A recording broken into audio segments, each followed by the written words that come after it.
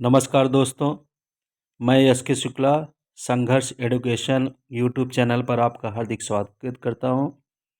दोस्तों को इसके पहले मैं 4 सेट दे चुका हूं, ये मेरा 5वां सेट है। तो चलते हैं आज की प्रश्नोत्तरी पर।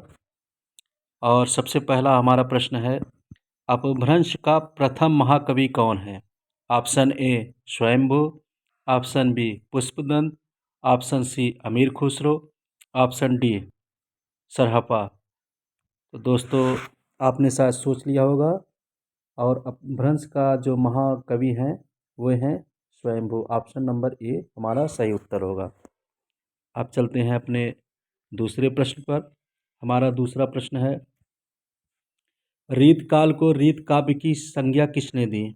Option A Ramchandra Shukla, option B Bachchan Singh, option C doctor Ramashankar Shukla, option D doctor George Grierson.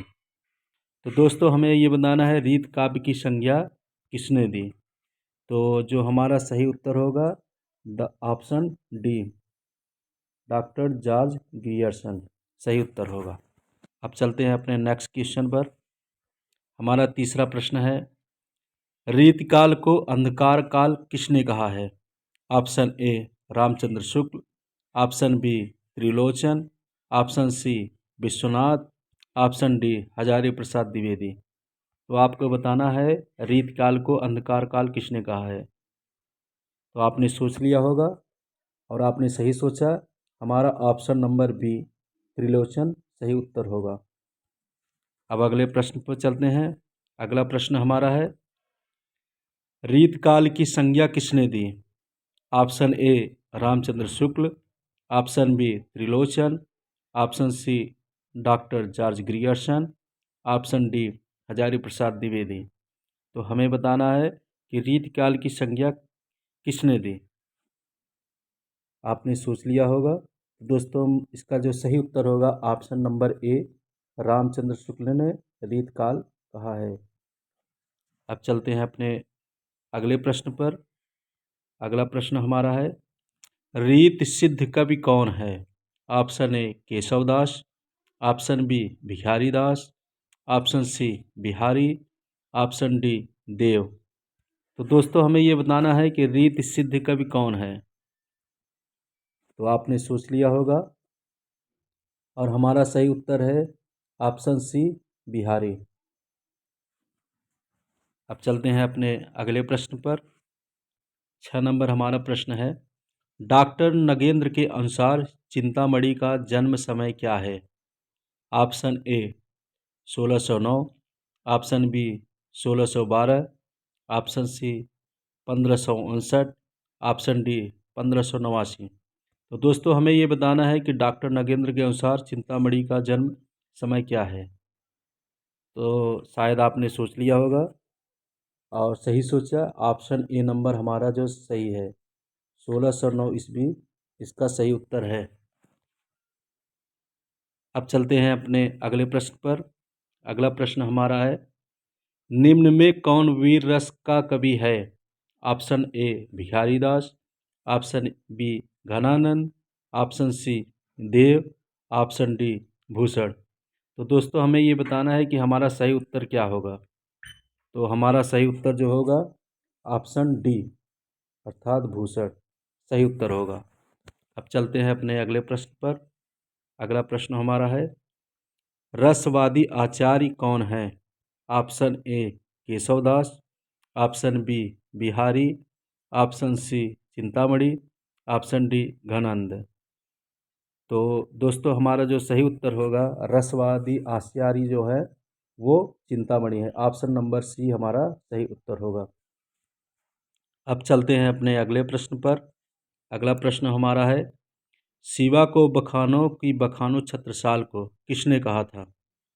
Option A Bhushan, option B Matiram, option C Dev, option D Raslin. तो दोस्तों इसका जो सही उत्तर होगा आपने सोच लिया होगा और हमारा जो सही उत्तर है ऑप्शन नंबर ए भूषण द्वारा यह कहा गया है। अब चलते हैं अपने अगले प्रश्न पर। अगला प्रश्न हमारा 10 नंबर का है, डॉक्टर बच्चन के अनुसार मतीराम का पहला ग्रंथ है? Option A Phool Manjari, option B Rasraj, option C Chhandsar, option D Lalit Lalam. तो दोस्तों हमें ये बताना है कि डॉक्टर बच्चन के अनुसार मतीराम का पहला ग्रंथ कौन सा है। तो आपने सोच लिया होगा और इसका सही उत्तर जो है ऑप्शन बी रसराज। वैसे तो सर्वमान्य जो है फूल मंजरी है, लेकिन डॉक्टर बच्चन के अनुसार इसे रसराज, ऑप्शन बी हमारा सही उत्तर होगा। अब चलते हैं अपने अगले प्रश्न पर। अगला प्रश्न हमारा है, किस उपन्यास को मुहावरों का पाठ्य पुस्तक कहा जाता है?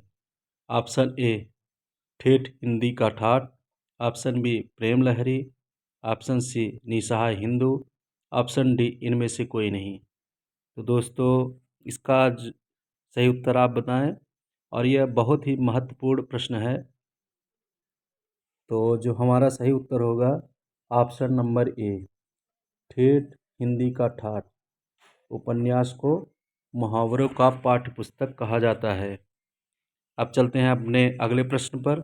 अगला प्रश्न हमारा है, मिस्र बंधु विनोद का चौथा भाग कब प्रकाशित हुआ?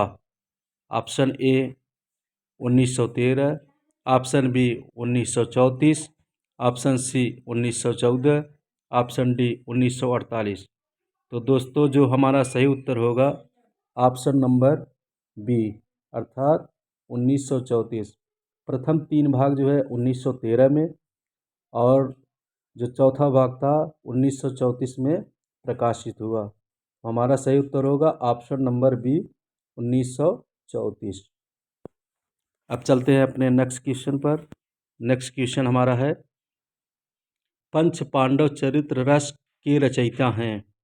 Option A Shalibhadra Suri, option B Narpat Nal, option C Amir Khusro, option D इनमें से कोई नहीं। तो दोस्तों जो पंच पांडव चरित्र रस के रचयिता हैं ऑप्शन नंबर 1 अर्थात शालिभद्र सूरी इसका सही उत्तर है। अब चलते हैं अपने 14 नंबर प्रश्न पर। 14 नंबर हमारा प्रश्न है, खूबसूरत बहू के रचनाकार हैं? Option A Nagbotas, option B Surat Mishra, option C Dharamvir Bharti, option D Jaswant Kumar. तो दोस्तों आपने सोच लिया होगा इसका सही उत्तर। आपने सही सोचा, इसका सही उत्तर है ऑप्शन नंबर ए नागबोडस, इसका सही उत्तर है। अब चलते हैं अपने नेक्स्ट क्वेश्चन पर। हमारा 15 नंबर का प्रश्न है, गुल की बन्नो कहानी के रचनाकार हैं? Option A Yashpal, option B Amritlal, option C Mahadev, option D Dharamvir Bharti. तो दोस्तों आपने इसका सही उत्तर दे दिया है, option number D Dharamvir Bharti की यह कहानी है। तो हमारा सही ऑप्शन होगा ऑप्शन नंबर डी। अब चलते हैं अपने अगले प्रश्न पर। अगला प्रश्न है, खादी के फूल के रचनाकार हैं? Option A Harivansh Rai Bachchan, option B Amritlal, option C Dharamvir Bharti, option D Dushyant Kumar. दोस्तों खादी के फूल जो है यह बहुत ही महत्वपूर्ण रचना है, ये कई परीक्षाओं में पूछा भी जा चुका है। तो आपका जो सही उत्तर होगा option number A Harivansh Rai Bachchan इसका सही उत्तर है, और ये बहुत ही महत्वपूर्ण प्रश्न है। तो हमारा सही उत्तर होगा option number A Harivansh Rai Bachchan. इस पे आप इम्पॉर्टेंट क्वेश्चन के कैटेगरी में रखेंगे। तो चलते हैं नेक्स्ट क्वेश्चन पर। नेक्स्ट क्वेश्चन हमारा है 17 नंबर का, प्रेमचंद के सेवा सदन उपन्यास का उर्दू शीर्षक क्या है? ऑप्शन ए लवंगलता, ऑप्शन बी आदम और हव्वा, ऑप्शन सी बाजारे हुस्न, ऑप्शन डी इनमें से कोई नहीं।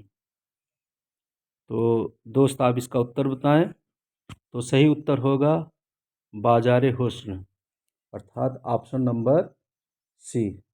और दोस्तों इसमें आपको बताएं कि ये प्रेमचंद का जो सेवा सदन है बाजारे हुस्न, यह वेश्या जीवन के जीवन पर आधारित है, और यह बहुत ही महत्वपूर्ण प्रश्न है। अब चलते हैं अपने नए प्रश्न पर। 18 नंबर का हमारा प्रश्न है, जगदम्बा बाबू गांव आ रहे हैं, किसकी कहानी है?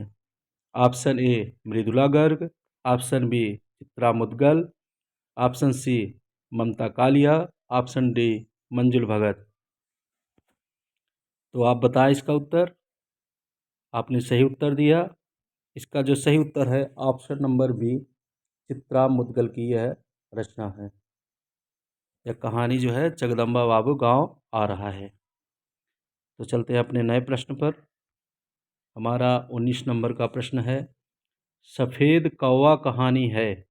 Option A Pratibha Verma, option B Sudha Arora, option C Malti Joshi, option D Manjul Bhagat. तो हमें ये बताना है कि सफ़ेद कौवा कहानी किसका है। तो सही है ऑप्शन नंबर डी, अर्थात सफ़ेद कौवा जो है यह मंजुल भगत की कहानी है। ऑप्शन नंबर डी हमारा जो है सही उत्तर होगा। अब चलते हैं अपने नेक्स्ट क्वेश्चन पर। 20 नंबर का हमारा प्रश्न है, ललमनिया कहानी है। Option A Kamal Kumar, option B Sara Rai, option C Suribala, option D Maitreyi Pushpa. तो आपको बताना है ललमनिया कहानी किसका है। तो दोस्तों आपने सही उत्तर दिया। हमारा सही उत्तर है option number D, Maitreyi Pushpa इसका सही आंसर है। अब चलते हैं अपने अगले प्रश्न पर। अगला प्रश्न हमारा है, किसके उपन्यासों को गप बाइस्कोप कहते हैं? यह शायद नया प्रश्न होगा, क्योंकि आज की परीक्षाओं में जो अभी यूपी टीजीटी का पेपर हुआ तो उसमें कई ऐसे प्रश्न थे जो कि नए नए प्रश्न थे। तो हमारे हिसाब से ये बहुत ही महत्वपूर्ण प्रश्न है।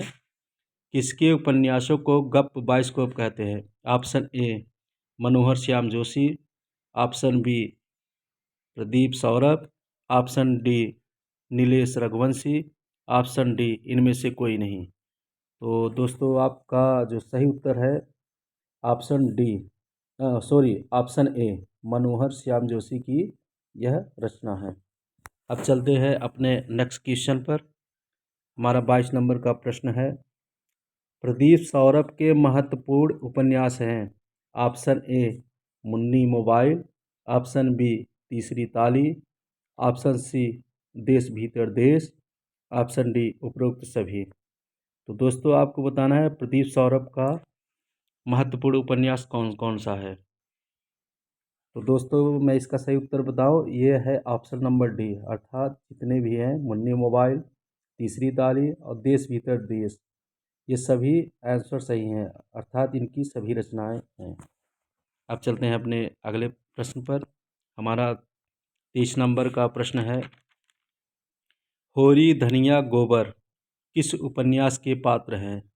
Option A Tyagpatra, option B Chitralekha, option C Godan, option D Karmabhoomi. तो दोस्तों आप इसका सही उत्तर बताएं। आपने सही उत्तर दिया है। इसका जो सही उत्तर है ऑप्शन नंबर सी गोदान, गोदान की ये सभी पात्र हैं। अब चलते हैं अपने 24 नंबर प्रश्न पर। 24 नंबर का प्रश्न है, शशि सरस्वती शारदा किस उपन्यास के पात्र हैं?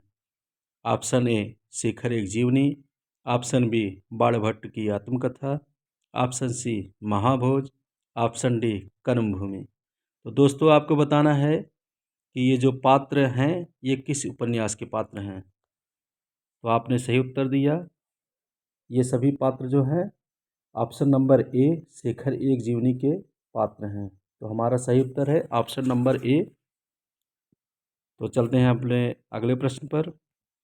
आज का अंतिम प्रश्न, हिंदी का प्रथम दलित उपन्यास है। ऑप्शन ए छप्पर, ऑप्शन बी मिट्टी की सौगंध, ऑप्शन सी बंधन मुक्त, ऑप्शन डी इनमें से कोई नहीं। तो दोस्तों इसका जो सही उत्तर है ऑप्शन नंबर सी बंधन मुक्त। तो दोस्तों हमने ये 25 क्वेश्चन साल किए हैं जो कि बहुत ही महत्वपूर्ण है। आप सभी से निवेदन है कि हमारे चैनल को आप सब्सक्राइब करें, लाइक करें, शेयर करें और कमेंट करें। कि जो प्रश्न हम आपको दे रहे हैं वह प्रश्न सही है या इसमें कुछ त्रुटियां हैं, वो आप कमेंट करके हमें ज़रूर बताएं। धन्यवाद। आपका दिन शुभ हो। Thank you. जय हिंद।